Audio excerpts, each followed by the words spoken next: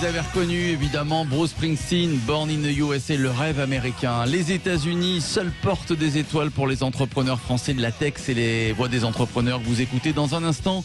Restez avec nous en compagnie de Denis Jacquet, entrepreneur. Michel Combes sera avec nous dans quelques instants maintenant.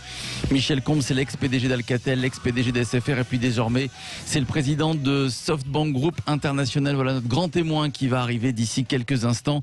Mais pour l'heure, j'aimerais qu'on accueille avec Denis Jacquet Anaïs Audy qui est avec nous. Bonsoir.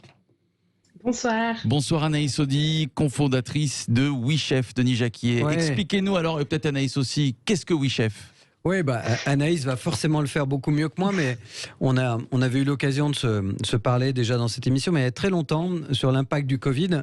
Puis finalement, on peut dire que WeChef est vainqueur contre le Covid, et Anaïs va nous expliquer pourquoi. Donc, comment vous avez changé votre modèle pendant cette crise, et qu'est-ce que c'est en train de devenir aujourd'hui ? Effectivement. Alors, déjà, bonsoir à tous les deux.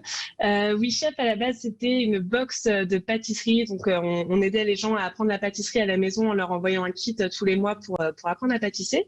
Puis, c'est devenu un atelier de pâtisserie, donc où on accueillait vraiment des milliers de personnes pour les former vraiment à la pâtisserie en physique.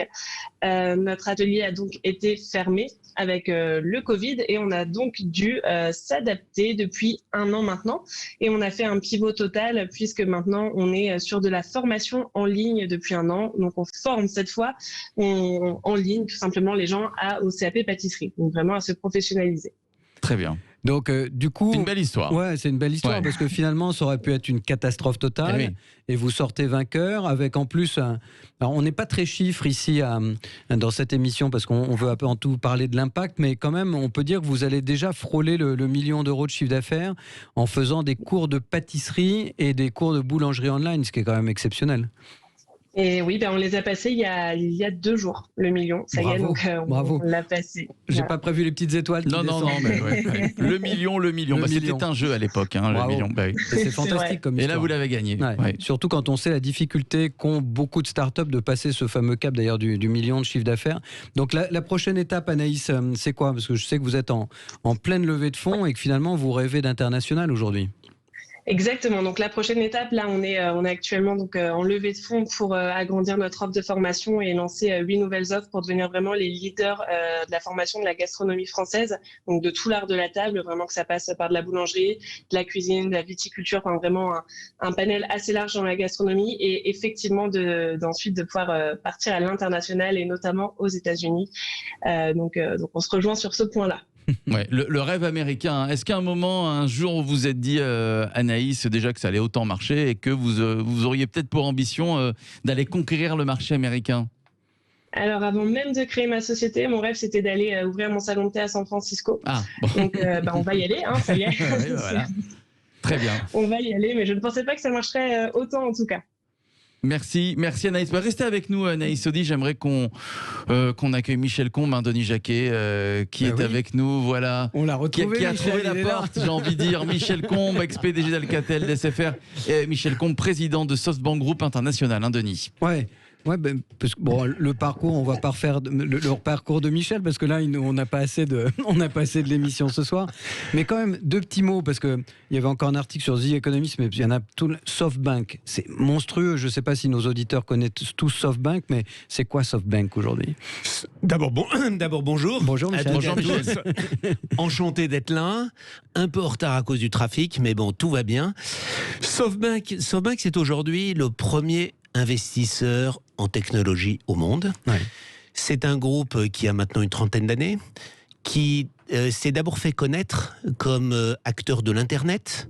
Donc, au moment de la bulle Internet, c'est une entreprise qui avait à ce moment-là une valeur d'actifs très significative comme d'autres, qui malheureusement a perdu une grosse partie de sa valeur au moment de l'explosion de la bulle, qui après s'est reconstruit dans les télécommunications, puisque pendant toutes les années 2000 à 2015, SoftBank a été un grand groupe de télécommunications, opérateur sur le marché japonais, avec SoftBank KK, mais aussi opérateur aux États-Unis, avec Sprint, et donc plusieurs autres participations dans le domaine des télécommunications.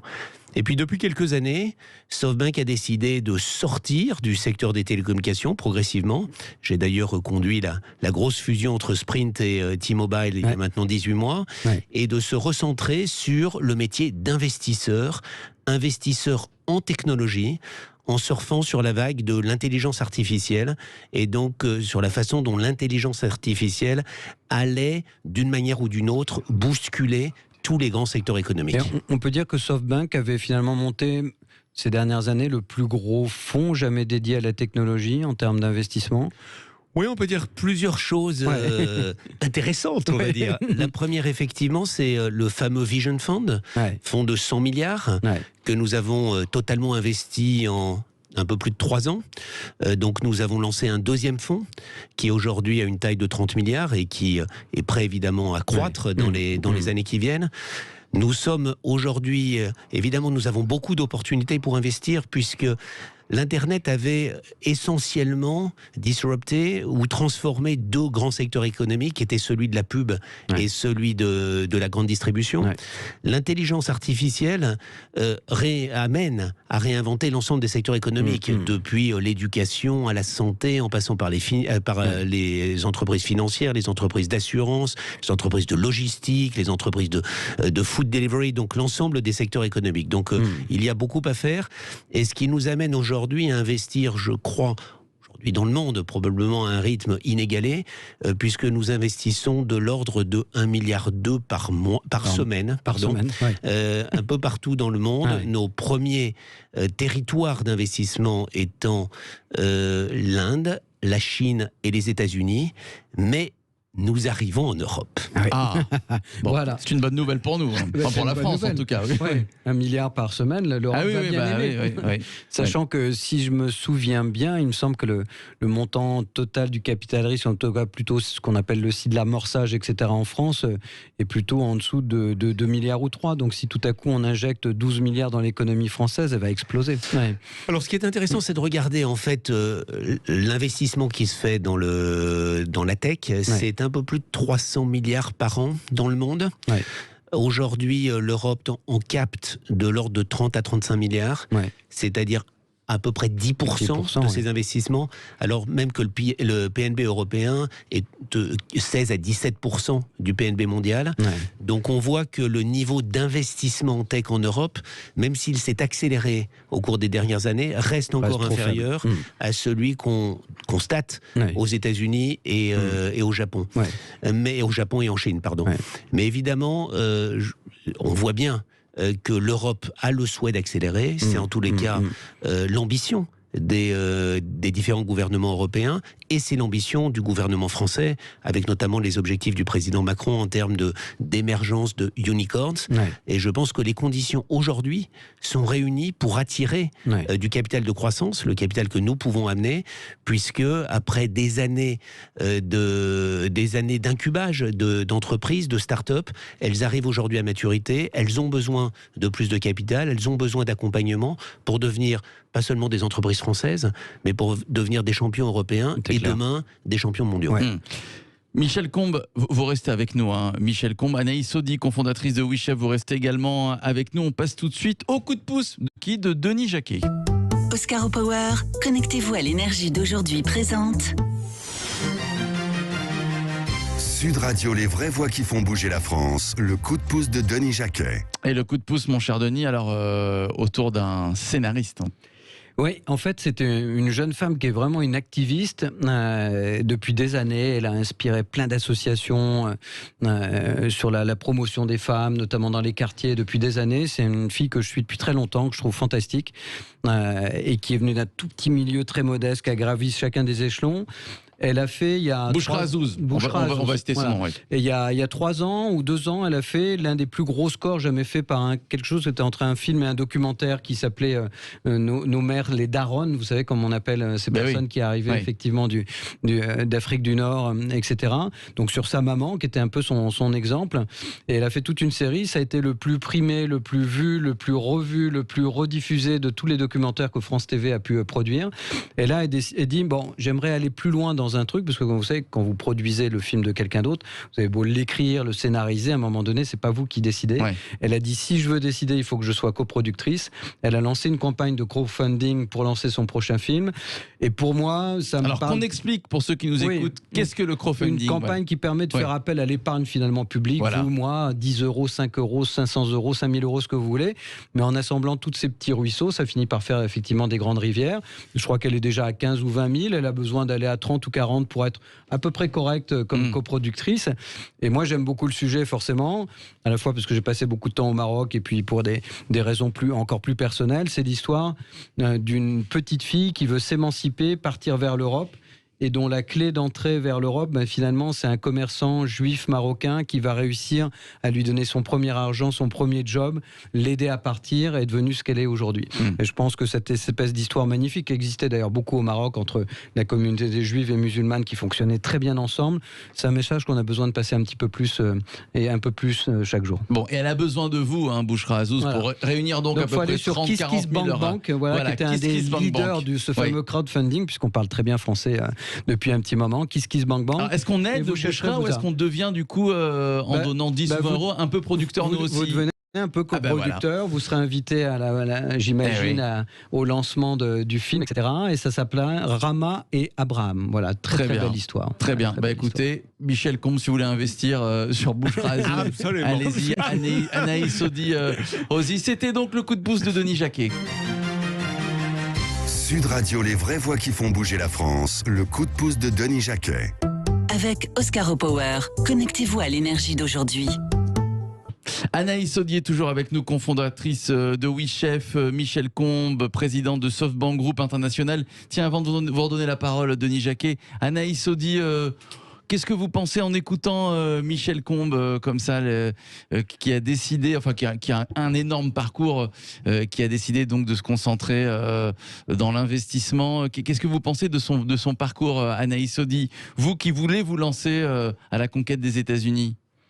Et forcément, le parcours est très inspirant et très waouh, voilà, c'est assez incroyable d'entendre des parcours pareils et ça fait du bien d'entendre qu'il y a des investisseurs comme ça qui vont aider aussi plein de startups françaises et européennes à bien pouvoir aller plus loin et à pouvoir concrétiser leur rêve de pouvoir aller conquérir le marché américain également. Bon. Je pense qu'on en a beaucoup besoin ici. Donc, comme Michel est arrivé en cours de route, effectivement, ils ont failli mourir pendant le Covid parce qu'ils avaient monté des box que tu recevais chez toi pour fabriquer de la pâtisserie. Ils en ont fait un atelier physique qui, du coup, a dû fermer pendant le Covid. Ils se sont dit, on va faire des cours online. Et ils viennent de passer, donc il y a 2 heures ou 2 jours, le 1 million d'euros de chiffre d'affaires en finalement très peu de temps, juste pendant la période Covid. Et aujourd'hui, leur marché, il est clairement l'Asie et les États-Unis. Est-ce que ça veut dire qu'un SoftBank pourrait venir dans un projet comme ça dans 1 an, dans 2 ans? Est-ce qu'il faut qu'il ait une taille particulière ou... Effectivement, nous sommes plutôt... Nous investissons dans des entreprises qui ont déjà acquis une certaine taille. Ouais. Donc, nous finançons ce qu'on appelle le late stage, donc après les premières séries d'investissement. Mais bien entendu, des aventures comme ça, on aime ça. Ouais. Et très honnêtement, je suis revenu à Paris depuis 48 heures. Depuis 48 heures, je fais du speed dating avec les entreprises françaises et je suis absolument fasciné par l'énergie, par la créativité, par les nouveaux modèles qui émergent et avec des entreprises aujourd'hui qui pensent encore un peu trop France et à qui, si on donne le bon coup de pouce, qui peuvent se transformer et devenir demain sans aucune espèce de difficulté des acteurs européens. Et une fois qu'on est européen, c'est sans doute le plus difficile. Parce qu'une fois qu'on a réussi à conquérir l'Europe, qui est suffisamment fragmentée, partir à l'assaut des États-Unis ou de l'Asie, ça va devenir beaucoup plus simple. Donc c'est ça qui nous motive, c'est ça qui nous intéresse, c'est ça qui nous interpelle. Et je peux vous dire qu'on n'avait pas, jusqu'à présent, investi en France. On a fait nos 2 premiers investissements au cours des semaines qui viennent de s'écouler. Et j'espère bien, en repartant de Paris, que nous atteindrons plutôt la dizaine d'investissements que les 2. En tous les cas, la dizaine en gestation. Ouais. L'envie, le souhait, c'est vraiment d'accélérer nos investissements en France derrière des entrepreneurs qui sont absolument exceptionnels et qui, j'espère, seront profités de notre apport. Mais en tous les cas, nous, on a envie d'apprendre avec eux et on a envie de les emmener à l'étranger. Alors, un exemple, c'est récent, parce qu'il y a 15 jours, on s'est félicité, je crois que c'était mon coup de pouce, de la levée de fonds de Content Square, dont tu es quand même l'artisan, il faut le dire. Donc, explique-nous un peu cette aventure. Alors, donc, Content Square, pour ceux qui nous écoutent, c'est, pour simplifier, un site, une société qui va aider les e-commerçants à mieux faire leur métier, mieux connaître leurs clients, mieux les cibler. On dit targeter dans un très bon français extrêmement pur. Et donc, du coup, et là, Jonathan Cherki, donc, qui est le fondateur, qui est maintenant aux États-Unis, ça amène 2 questions. Un, il était aux États-Unis, pourquoi ? Parce que est-ce qu'on peut être mondial sans être aux États-Unis ou en Chine aujourd'hui ? Et la deuxième question, c'est est-ce qu'il aurait pu trouver avant 500 millions d'euros en France, et est-ce que ça sera possible demain ? Alors d'abord, c'est une aventure exceptionnelle.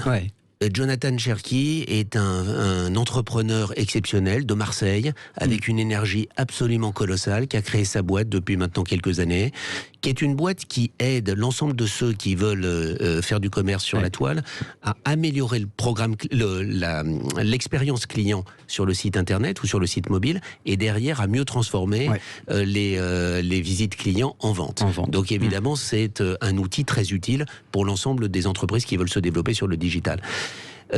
Jonathan a démarré en France, a développé son business en France auprès de nombreuses entreprises françaises, et effectivement, il a pensé que l'étape d'après était de partir à l'étranger, et donc il est parti avec femmes et bagages, seul, aux États-Unis, pour ouvrir la boîte aux États-Unis et pour lancer Content Square aux États-Unis. C'est devenu aujourd'hui une success story aux États-Unis avec de très grandes entreprises. L'une d'entre elles que je connais bien, qui est T-Mobile, qui est l'un de ses premiers clients au monde aujourd'hui. Et donc l'étape d'après, c'est d'aller se développer en Asie. Il est prêt à nouveau à faire le voyage avec sa petite famille, puisqu'il pense que le fondateur doit s'exposer et doit aller sur les marchés difficiles. Il a réussi à attirer autour de lui des gens fantastiques, donc auxquels il peut donner les manettes des entreprises qu'il a déjà développées ou des pays qu'il a déjà développés pour lui se consacrer au défrichage de nouveaux territoires. Et donc c'est une formidable rencontre avec Jonathan au travers de WeWork, une autre entreprise que nous possédons comme vous le savez, et donc qui a fait que de fil en aiguille, non seulement je l'ai convaincu à devenir client de WeWork, mais en plus à nous laisser entrer au capital pour l'accompagner sur ce développement, et je suis rentré à son conseil d'administration. Merci à vous Michel Combe, président de SoftBank Group International. Merci à Anaïs Sodi qui est avec nous, cofondatrice de WeChef, Denis Jacquet évidemment, entrepreneur que vous connaissez bien sur Sud Radio et qu'on retrouvera la semaine prochaine. Dans un instant, Bismart, vous retrouvez Stéphane Soumier et ses invités, Guillaume Dubois qui sera avec nous ce soir, cofondateur de Nouveau Fermier, puis Alexandra Bois-Auboin, PDG de Pomme d'Api. À tout de suite.